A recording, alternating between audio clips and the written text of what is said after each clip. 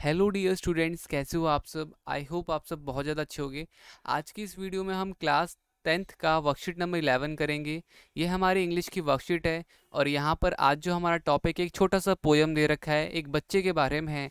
जहाँ पर वो जो साल पूरा ख़त्म हो गया, वो बच्चा अब 1 साल का हो चुका है। तो बहुत सारी चीज़ें जो होती हैं, मतलब एक जब नया बच्चा होता है, न्यू बॉर्न बेबी होता है, तो 1 साल की जो खुशी होती है वो अलग ही खुशी होती है। तो कई लोगों मतलब कई तरह की चीज़ों को कलेक्ट करते हैं। पहली बार वो किस तरह से चला होगा, मतलब कुछ बच्चे होते हैं धीरे धीरे घुटने के बल चलते हैं, रगड़ते हुए चलते हैं, फिर धीरे धीरे चलना सीखते हैं, रोना सीखते हैं, बहुत सारी चीज़ें हैं ना। तो उस छोटे बच्चे के बारे में है ये पोयम, जो कि पूरा 1 साल का हो चुका है। तो देखो लिखा हुआ है, in just 1 year that has passed so much joy we have amassed. Amassed मतलब होता है कलेक्ट। तो ये जो साल पूरा ख़त्म हुआ है, हमने कई सारी खुशियों को संजो के रखा हुआ है, कलेक्ट करके रखा हुआ है। ठीक है।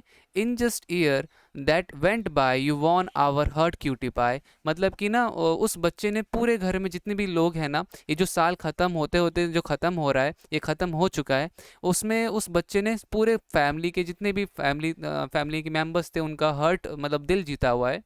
In just 1 year that has flown, our fondness for you has grown। तो उस 1 साल में वो जो ग्रो किया, अब ग्रो में क्या क्या ही ग्रो करेगा वो, तो मतलब कि वही थोड़ा बोलना, थोड़ा रोना, थोड़ा चलना, ठीक है ना, वो सब उसने सीखा।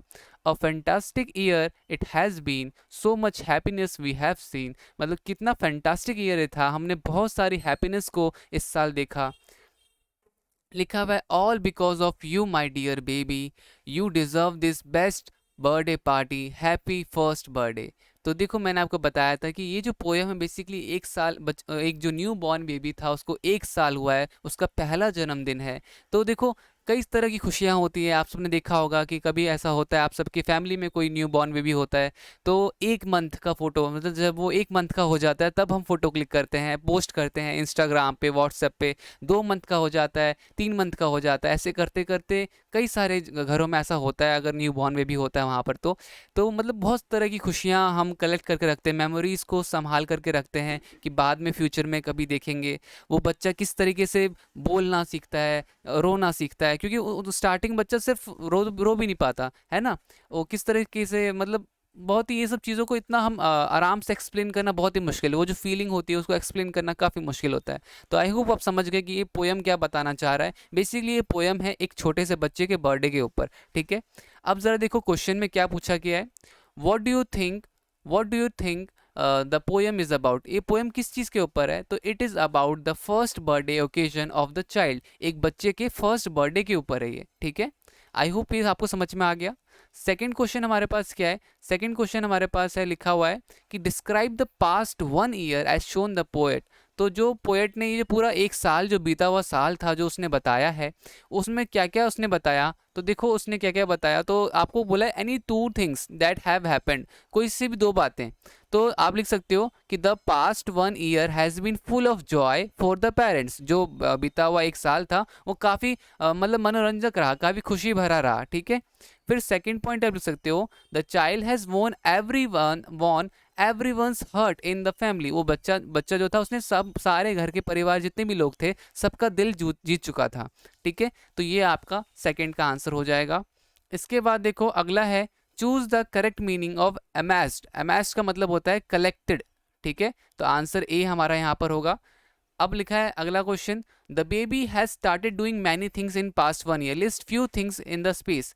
तो देखो वो क्रॉल करना क्या क्या सीखा होगा। In the last 1 year the baby has started saying a few words like, और यहाँ पे वो मतलब कि it has started to crawl and sit and play. वो कुछ बोलना, मम्मी, मामा, दादा, पापा, ऐसा कुछ बोलते हैं ना छोटा बच्चा, तो उस तरह से बोलना सीखा होगा। और वो क्रॉल करना, घसीटना, जो घसीटते घसीटते से चलते हैं ना, रेंगते हुए बच्चे, छोटे छोटे बच्चे चल तो पाते नहीं सही से, तो किसी तरह कोशिश करके चलते हैं।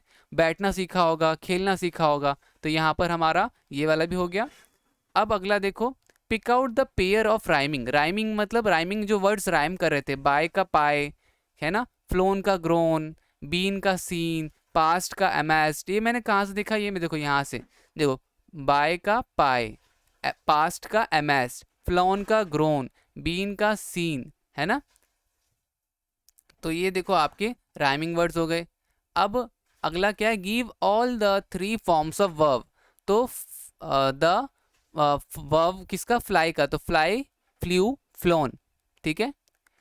अगला है give a suitable title to the poem the first birthday, है ना, द फर्स्ट बर्थडे, या आप कुछ भी डाल सकते हो, फर्स्ट बर्थडे भी डाल सकते हो, happy first birthday, happy first birthday भी डाल सकते हो, है ना। तो कोई सा भी एक सुटेबल पोएम का टाइटल डालना था, तो वो द फर्स्ट बर्थडे। अब है ये ऑप्शनल है, ये मतलब आपके स्कूल में हो सकता है मना भी कर दिया जाए या करने को भी बोला जाए। ये ऑप्शनल है, अपने ग्रैंडपा के बर्थडे के लिए आपको कोई पोएम बनानी है, बच्चों कुछ भी पोएम बना दो, है ना। The one that is my friend, the one that is my guide, मतलब वो जो मेरे एक दोस्त भी हैं, मेरे को गाइड भी करते हैं। How much I love and how much I care, happy birthday grandpa, happy birthday my sweet super hero, ऐसे करके कुछ भी आप कह सकते हो, जैसे ही आपकी फीलिंग है ग्रैंड पेरेंट्स, ग्रैंड पा या ग्रैंड मदर या ग्रैंड फादर के लिए, है ना। तो उस हिसाब से आप यहाँ पर लिख सकते हो। मैंने यहाँ पे छोटा सा लिख रखा है, आप इसको भी लिखोगे तो कोई इशू नहीं है। ओके। उम्मीद करता हूँ बच्चों कि आपको ये वीडियो समझ में आई होगी, आपको सारा कुछ मैंने अच्छे से समझा दिया होगा, पोएम क्या थी, किसके बारे में थी। अगर ज़रा से भी वीडियो आपको अच्छी लगती है, आपके लिए हेल्पफुल रही है, तो प्लीज़ वीडियो को लाइक शेयर कमेंट ज़रूर कीजिएगा। और एक टारगेट रखते हैं कि एटलीस्ट इस वीडियो पे मुझे 30 लाइक्स तो मिल सकती हैं, 30 बच्चे अगर देखते हैं तो कम से कम 30 लाइक्स तो मिल सकती है। ठीक है, तो इसका टारगेट रखते हैं, देखते हैं कि कितनी लाइक्स मिलती है मेरे को। तो ठीक है बच्चों, bye bye and take care.